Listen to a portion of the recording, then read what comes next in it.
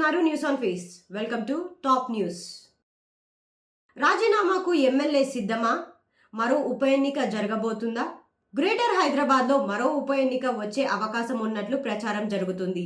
BRS నుంచి గెలిచి కాంగ్రెస్ లో చేరిన ఖైరతాబాద్ ఎమ్మెల్యే నాగేంద్ర రాజీనామా చేసేందుకు సిద్ధంగా ఉన్నట్లు టాక్ బయటకు వస్తుంది. ఆయనపై పార్టీ ఫిరాయింపుల చట్టం ప్రకారం అనర్హత వేటు పడే అవకాశం ఉండడంతో స్పీకర్ నిర్ణయం కంటే ముందే ఆయనతో రాజీనామా చేయించాలని కాంగ్రెస్ అధిష్టానం భావిస్తున్నట్లు తెలుస్తోంది. జూబ్లీహిల్స్ ఉప ఎన్నిక తర్వాత కవిత పెట్టిన కర్మ హిట్స్ బ్యాక్ ట్వీట్ ఇప్పుడు తెలంగాణ రాజకీయాల్లో మంటలు రేపుతోంది. ట్వీట్ లో పేరు పెట్టకపోయినా కేటీఆర్, హరీష్ రావులను టార్గెట్ చేసిందనే అర్థం అందరూ తీసుకుంటున్నారు. గతంలో చనిపోయిన సిట్టింగ్ ఎమ్మెల్యేల కుటుంబాలకు అవకాశం ఇవ్వకుండా బీఆర్ఎస్ పోటీకి దిగడం, ఇప్పుడు అదే పార్టీకి వరుస షాకులు తగలడం కర్మగా కనిపిస్తుందని విమర్శలు వినిపిస్తున్నాయి. కంటోన్మెంట్ జూబ్లీహిల్స్ ఉప ఎన్నికలో ఎదురైన ఓటములు కూడా అదే కర్మ చెల్లించుకున్నట్లే అంటున్నారు. కవిత ట్వీట్ ఒక పార్టీకి కాదు, అహంకారంగా వ్యవహరించే వారందరికీ ఇది వర్తిస్తుంది అన్నట్లు రాజకీయ వర్గంలో చర్చనీయాంశమైంది. లులు మాల్ తో ఏపీ ప్రభుత్వం ఎంఓయు. ఏపీ రాష్ట్రంలో లులు ఎంట్రీ ఖాయమైంది. రాష్ట్రంలో పలు ప్రాజెక్టుల కోసం లులు ఇంటర్నేషనల్ గ్రూప్ సంస్థ ప్రభుత్వంతో ఒప్పందం చేసుకుంది. విశాఖ వేదికగా Mallavalli food processing units MoU కుదిరించుకుంది. రాష్ట్ర ప్రభుత్వ అధికారులు, లులు సంస్థ ప్రతినిధులు అంగీకార పత్రాలు మార్చుకున్నారు.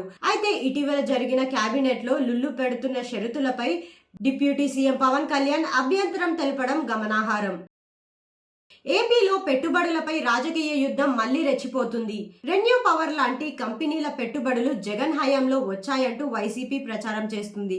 కానీ నిజానికి ఇవన్నీ చంద్రబాబు కాలంలో సైన్ అయిన ఒప్పందాలే. ఆ తర్వాత జగన్ ప్రభుత్వం పీపీఏ రద్దు చేసి కంపెనీలను తరిమేయడంతో పెట్టుబడులు ఆగిపోయాయి.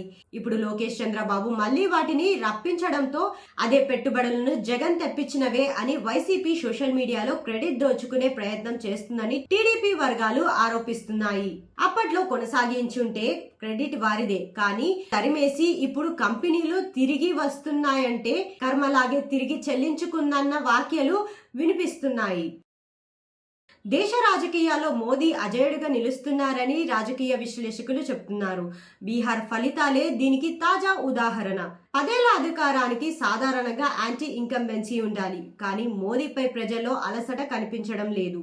మరోవైపు రాహుల్ గాంధీ నాయకత్వంపై నమ్మకం లేకపోవడం, కాంగ్రెస్ బలహీనపడడం మోదీకి పెద్ద పల్స్ గా మారింది.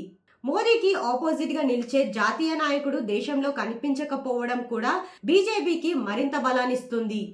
ఈ దశాబ్దం మోదీదేనని చంద్రబాబు నాయుడు ఎందుకు చెప్తున్నారో తాజా రాజకీయ పరిస్థితులే స్పష్టంగా చూపిస్తున్నాయి.